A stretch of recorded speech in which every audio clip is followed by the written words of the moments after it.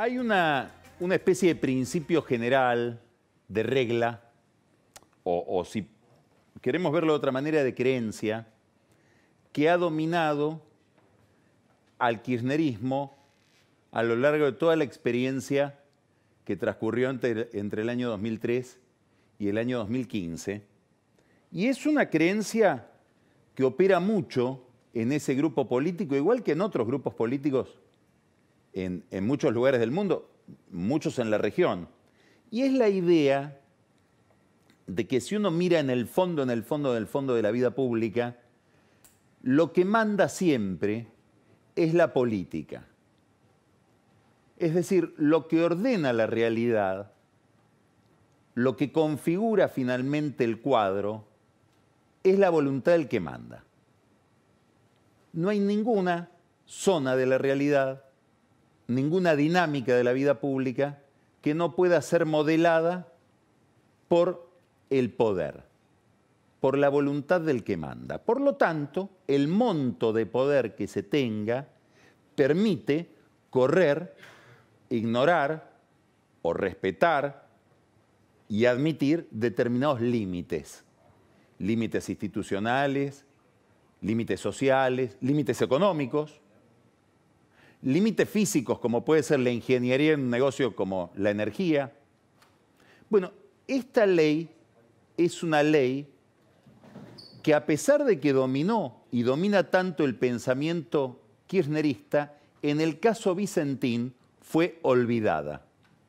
Y esto es lo que se demostró el sábado con el nivel de movilización que hubo, sobre todo en la provincia de Santa Fe. Hubo un olvido de la política.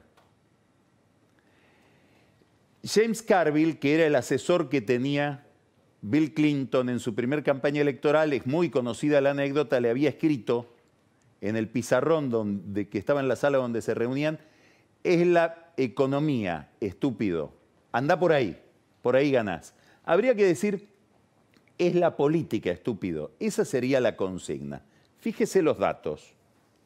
En Santa Fe, en las primarias del año pasado, es decir, el 11 de agosto, Macri sacó 34,31%. Y Alberto Fernández con Cristina Kirchner sacaron 44,29%. 34 a 44. Ganó Fernández por 10 puntos. Si tomamos la primaria como una elección general. Vamos a la general. Macri pasa de 34 a 43,50. Casi 10 puntos. 9 puntos y medio mejora. Y Fernández pasa de 44 a 42, pierde 2 y termina ganando Macri Santa Fe en la elección general. Bueno, este es un dato principal que nos remite a que en la provincia de Santa Fe, y si uno mira el mapa de colores del voto, aparece el amarillo muy recostado sobre el oeste de Santa Fe y ya se extiende hacia Córdoba, hacia parte de Entre Ríos, norte de la provincia de Buenos Aires. Ahí hay una sociología que no comulga con el kirchnerismo. Es gente que aprecia muchísimo el riesgo, la actividad privada. Es una sociología ligada al campo, a la producción agropecuaria. Y es una parte de la Argentina, un sector de la sociedad que tiene muy vívida la memoria del enfrentamiento del kirchnerismo con el sector agropecuario en el año 2008. Aquella famosa saga para ambos, tanto para el campo como para el kirchnerismo, modeló a ambos de la 125. Pero hay un punto importante. Daría la impresión de que desde el punto de partida, Alberto Fernández, pero sobre todo Cristina Kirchner, que es la que impuso la idea de la estatización de Vicentín y el avance sobre la propiedad privada en esa sociología, olvidaron la política, olvidaron los números de las elecciones donde perdieron. Bueno, este es un dato principal que está mirando hoy Alberto Fernández. ¿Por qué? Y porque como todo político, aquí en cualquier lugar del planeta donde hay democracia, mira las elecciones. Mira de cada acto que produce qué efecto electoral va a tener. Y eso es la democracia, está muy bien. Hoy Fernández está mirando Vicentín a contraluz, contra el telón de fondo de las elecciones del año que viene, donde está amenazado en Córdoba, donde está amenazado en la ciudad de Buenos Aires y donde está amenazado en Santa Fe por haber perdido la elección general del año pasado, habiendo ganado la primaria. Hay un componente adicional que en el caso de Alberto Fernández debería tener muy en cuenta, no por Alberto Fernández en particular, sino por la sociología a la que responde Fernández, que es cómo caen en el interior las decisiones que se pueden interpretar como arrebatos de prepotencia porteña. Esto que a los porteños nos puede parecer muy raro, claro, porque no sabemos muy bien cómo nos ven o no somos sensibles a cómo nos ven en sentido muy, muy pleno, bueno, en el interior tiene enorme sensibilidad. La provincia de Santa Fe es una provincia históricamente con un gran sentido de la autonomía. El gobernador de Santa Fe tiene un ritual presidencial alrededor de él. Bueno, todo esto es muy importante a la hora de entender qué pasó con Vicentín y de entender por qué el gobierno está tratando de volver, ayudado por Omar Perotti, el gobernador de Santa Fe, a la idea original. ¿Y cuál era la idea original? La idea que venían hablando los dueños de Vicentín con el ministro Matías Culfas y con el gobierno de Santa Fe antes de que se cruzara Cristina Kirchner con la idea de la estatización. Y esa idea era rescatar, no estatizar, rescatar Vicentín a partir de una asociación con YPF, mejor dicho, con el rubro agro de YPF. Esta idea, que puede ser más o menos viable, después la discutiremos, era la idea que estaba sobre la mesa aquel viernes anterior a la conferencia de prensa del lunes, donde, acompañado de la senadora Anabel Fernández Agasti, el presidente dijo: vamos a estatizar Vicentín. Alberto Fernández hoy está tratando de volver de esa idea y, en vez de hablar de estatizar, hablar de rescatar, y en vez de mirar el proceso desde la lógica nacional, provincializarlo y un poco que se encargue ahora Omar Perotti de manejar la situación en la provincia, sobre todo porque de lo que se trata, y a esto apuesta el gobierno ahora y a esto apuesta sobre todo Perotti, es volver a encapsular el problema Vicentín dentro del concurso que maneja el juez de Reconquista Lorenzini, es decir, la justicia provincial, el concurso comercial que se está siguiendo para que la empresa pueda ser rescatada. Es decir, se trata de poner al genio de nuevo dentro de la botella. Cuando se produjo en la semana en que se anunció la estatización, unos días después, el jueves siguiente, la reunión en la que el gobierno recibe a la conducción de Vicentín, ahí hubo una conversación que, bueno, versiones dicen que fue como sigue, como digo ahora. Nosotros queremos rescatar a la empresa, dijo Fernández, le dijo a Sergio Nardelli, el líder de Vicentín. Nos estamos conociendo ahora, no sé cómo es que manejó usted la empresa, pero no tenemos forma de rescatarla sino inyectando dinero, y para inyectar dinero tenemos que estatizar. Es una idea de la que ahora Fernández quiere volver. Y la gente de Vicentín le dijo: nosotros entendemos que a partir del día en que entramos en cesación de pagos, nuestra administración está impugnada. No podemos tener demasiada ilusión de quedarnos al frente de la compañía. Bueno, ese diálogo parece ser ahora el punto de partida de esta nueva operación, donde el gobierno nacional quiere bajar el perfil frente al problema en el que se metió. La idea es llegar a una empresa donde intervenga YPF en su sector agro. Esto ya lo hablamos acá en Odisea. YPF tiene toda una sección, una rama de negocios ligadas al campo, ligada al campo, venden gasoil. Con el gasoil pueden vender servicios, pueden vender fertilizantes que YPF produce a través de Profértil. Y cobra en granos, que fue una idea originaria de gente de YPF para hacerse de dólares en un momento en que, dice esta explicación, YPF exportaba poco petróleo. Es un negocio muy marginal para una petrolera. Es como me explicaba hoy un amigo que está muy metido en el negocio energético, ir a una petrolera y decirle, bueno, como subproducto podés vender alcohol en gel. Sí, puedo vender, pero no me mueve el amperímetro de mi negocio. Mi cabeza no está enfocada ahí. Bueno, ahora de lo que se trataría es de tratar de que YPF Agro se convierta en una sociedad anónima y le ofrezca al concurso una solución para asociarse. ¿Con quiénes? Bueno, con un grupo de gente que es central en este negocio, que son los productores, que están agrupados en asociaciones de cooperativas en Santa Fe. Son los que llaman los generadores o los originadores de granos. ¿Por qué? Porque Vicentín es una empresa que se dedica a la molienda de granos y a la creación o a la producción de biodiesel a través de esa molienda, generan harina, generan biodiesel, venden granos. Si no tiene quien le provea los granos, no hay negocio. Bueno, y hoy no hay nadie que les provea los granos porque no tienen cómo pagarlos. Es más, los que proveían los granos hoy son acreedores comerciales de esa empresa y tienen enorme desconfianza a que la empresa les vaya a pagar. Aquí no se sabe si alcanza con YPF Agro para comprar los granos o hace falta que alguien garantice que la nueva Vicentín va a comprar granos. Y ese puede ser el Estado extendiendo una garantía. Se trata de entonces constituir una nueva empresa donde esté el grupo de acreedores comerciales que produce granos, probablemente corredores de la Bolsa de Rosario.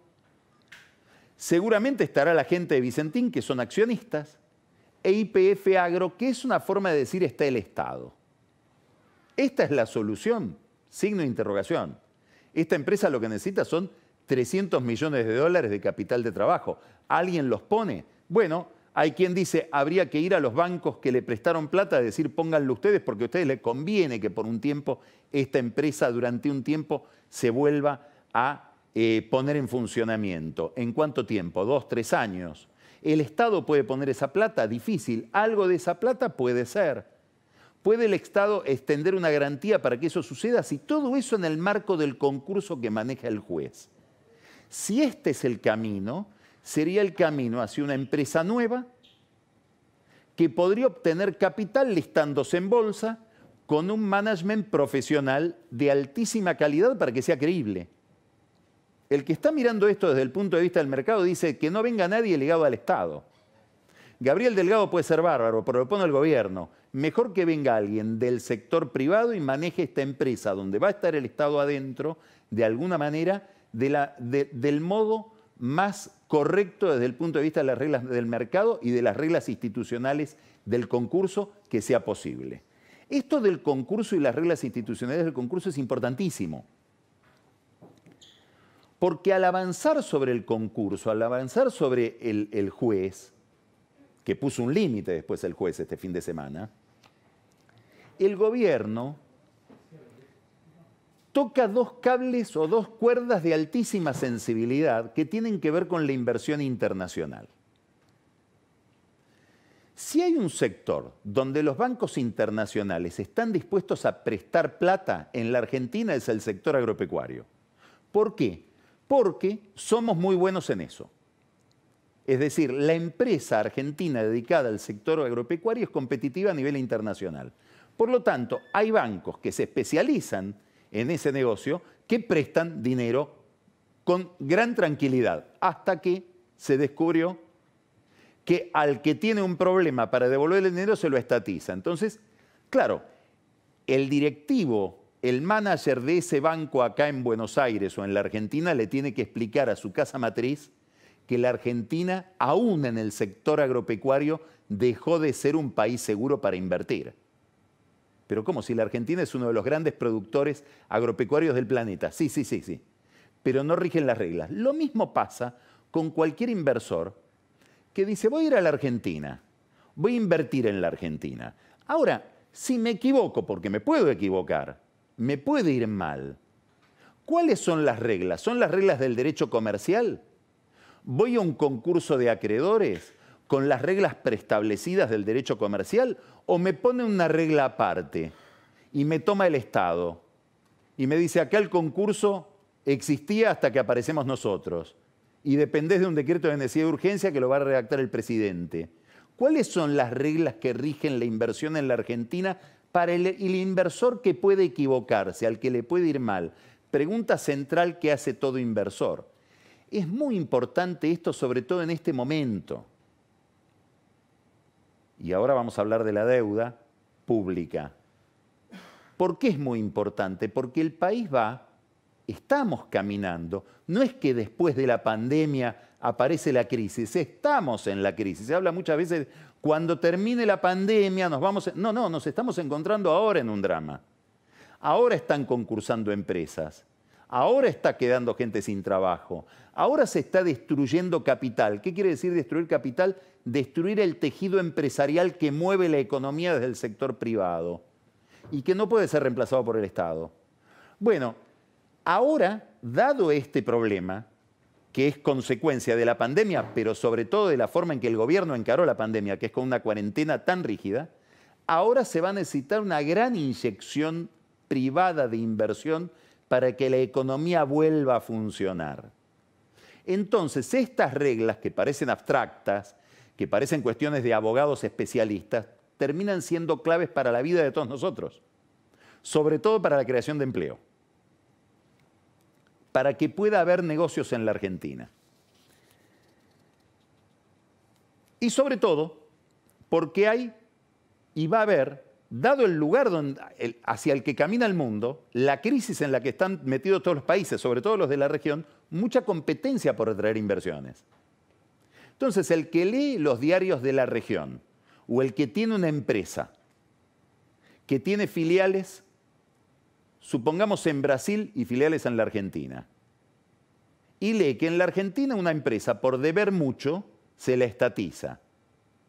Y en Brasil, cuando aparece, como apareció ahora, un proyecto de un grupo de diputados asociado al sindicato metalúrgico, el de Lula, y dice Embraer como está en problemas, claro, todo el sector aeronáutico está en problemas, Embraer que es una empresa súper competitiva de Brasil, muy importante de producción de aviones, que obviamente está en problemas, la vamos a estatizar.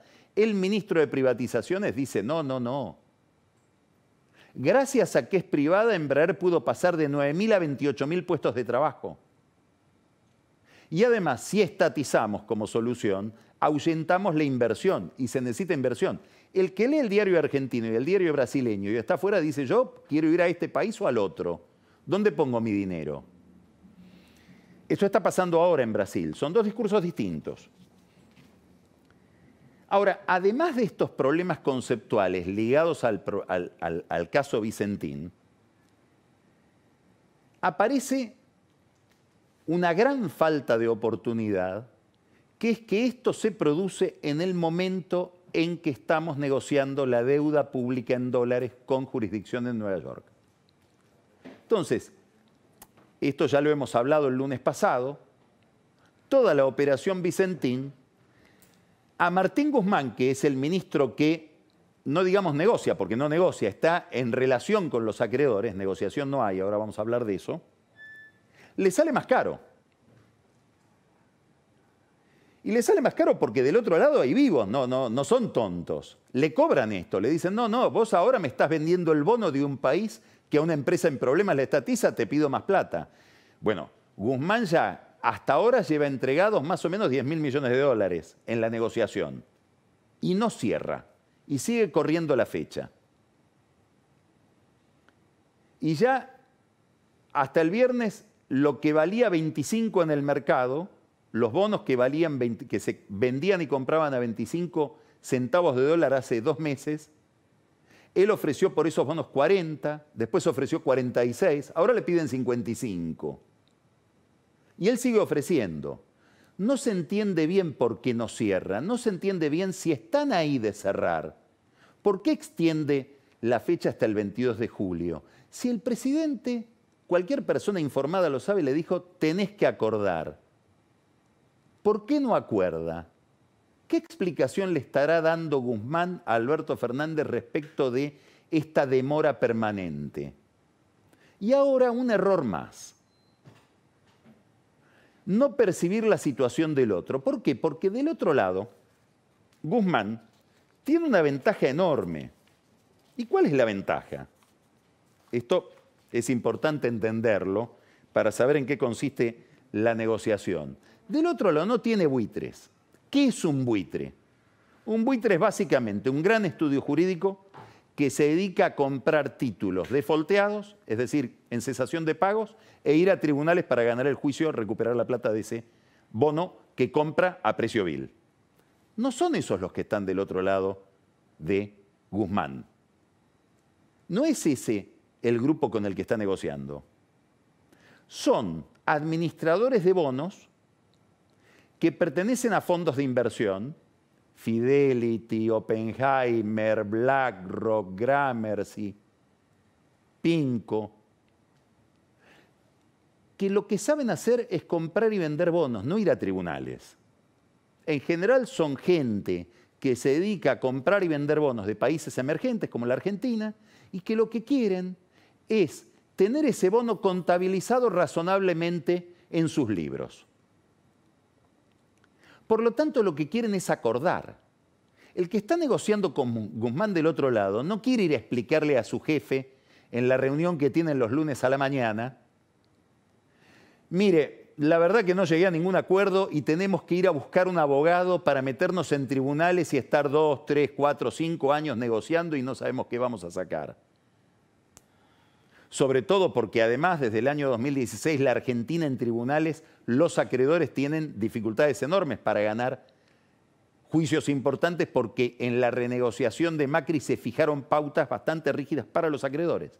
No es un gran negocio ir a litigar. Entonces, en alguna medida, y esto a lo mejor Guzmán no lo sabe, pero hay que avisarle, los tenés servidos.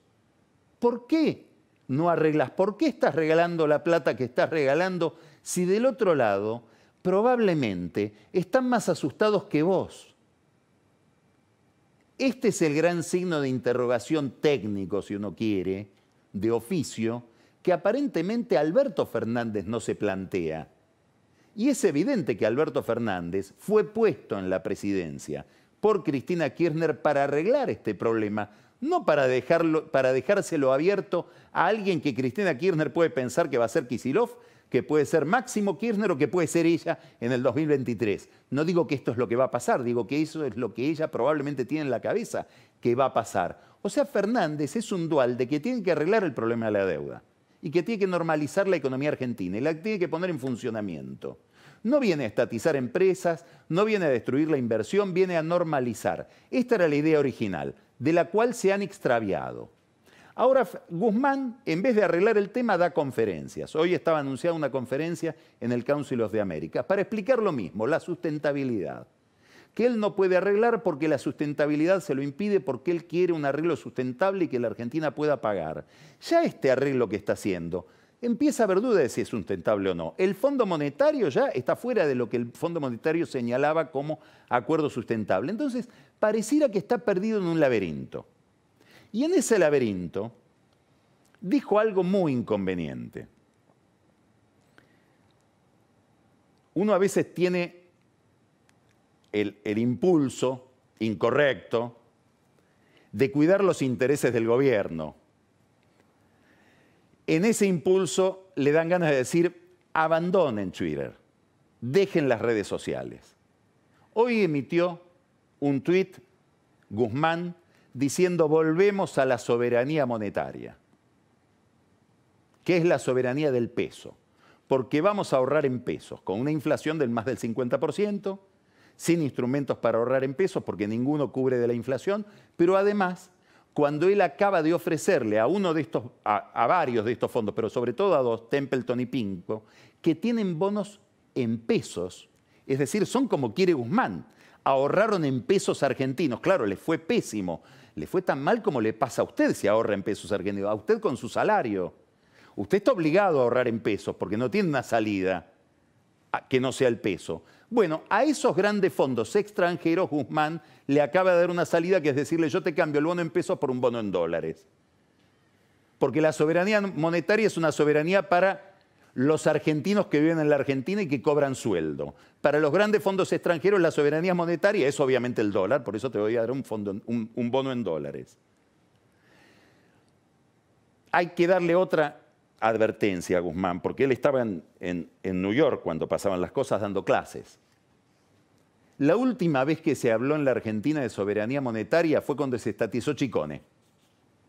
Es decir, el que hablaba de soberanía monetaria era Vudú, para quedarse con una empresa. Terminó preso. Mejor no hablar más de soberanía monetaria y además hablar de soberanía monetaria en el día en que el gobierno quiere salir de la soberanía alimentaria. Pareciera, diría Mario Quintana, que falta coordinación. Lo cierto es que trae a la memoria la soberanía monetaria justamente a Vudú. Vudú que, como sabemos, quiere cobrar algo que no es una jubilación. Hay una tradición en la Argentina que es darle a los presidentes, vicepresidentes y ministros de la Corte una especie de beca, una especie de reconocimiento, después de que dejan el cargo, por haber servido a la patria con honor. Bueno, cuando Vudú fue preso y está condenado por la Cámara de Casación, y ahora la Corte tiene que definir antes de fin de año si se revisa o no esa condena. Si la Corte lo decide antes de fin de año, tal vez tenga que volver a la cárcel. Se le negó a Vudú ese privilegio, ese reconocimiento, esa condecoración, digamos, en términos de dinero, que es asignarle una, comillas, jubilación. Bueno, ahora que está libre, Vudú recurrió al ANSES. Le dice, yo en realidad tengo un juicio contra el ANSES porque quiero cobrar esa plata que no me dan. Ese premio que a mí no me corresponde. Por ejemplo, a Videla se lo sacaron. Ya estoy seguro de que voy a ganar el juicio, va a ser una millonada de plata. ¿Por qué no arreglamos antes, que me paguen ahora, parte de esa plata? Hacemos un arreglo extrajudicial y hacemos como que gané el juicio. Y te hago una rebaja, si me la das ahora. La ANSES consultó a Carlos Zanini y Carlos Zanini dijo sí, paguémosle a Vudú lo que se le había negado pagar, violando 2 convenciones internacionales que tiene suscriptas la Argentina contra la corrupción. Dijo sí, pagámosle a pesar de que no haya ningún motivo para condecorarlo con ese premio. Y ahora estamos viendo si Vudú es un jubilado de privilegio que le resuelven el juicio, le resuelven el pago en 2 meses, porque esto pasó en 2 meses, con una velocidad extraordinaria del Estado, cuando hay muchísimos jubilados que hicieron los aportes, que no se llevaron Chicone a la casa, que no fueron condenados, que piden por su jubilación y nadie les dice, sí, te la voy a resolver de un plumazo, porque seguro ganás el juicio. Normalmente se los manda a hacer el juicio hasta el final. Y al final no cobran. Entonces, estamos ante un caso que es muy significativo porque nos da una idea de que el que tiene palanca política tiene ventajas que los otros no tienen. Y se puede volver a mirar el caso Vudú. Vudú está libre, con el argumento de que es vulnerable su salud.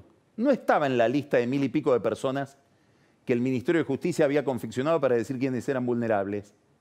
¿Sabe quién está en esa lista? José María Núñez Carmona, su amigo de toda la vida, con el que, según la justicia, se quedó con Chicone.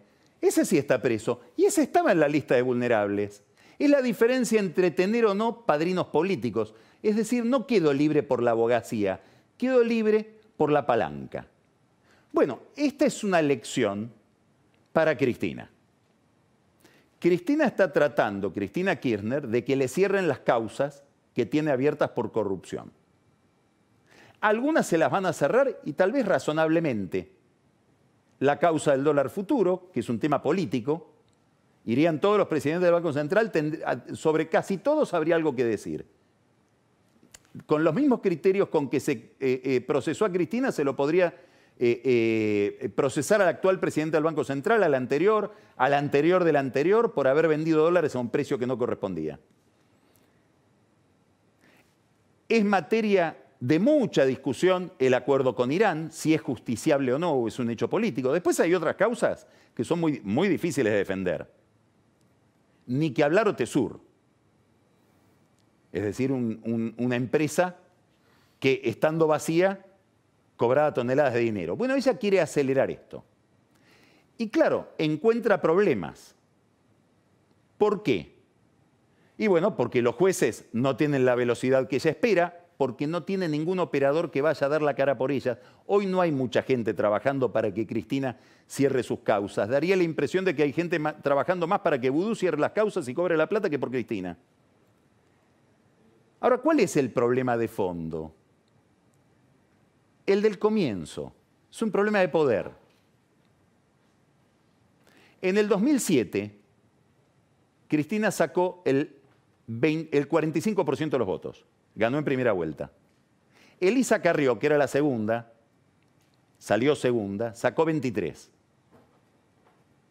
Bueno, la diferencia entre 45 y 23 es esos 22 puntos, es la posibilidad, el margen de poder que tuvo Cristina en ese periodo, del 2007 al 2011. En el 2011, Cristina Kirchner sacó 54 y el segundo, Hermes Wiener, 17. 37 puntos de diferencia.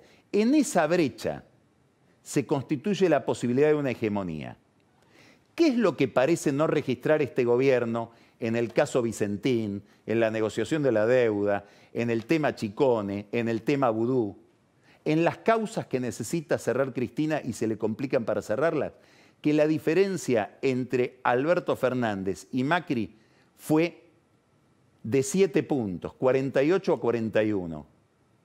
No hay margen para una hegemonía. Hay límite para esa hegemonía. Cualquier caso se vuelve escandaloso porque hay un esquema de poder equilibrado. Hay un límite. Es la política, estúpido.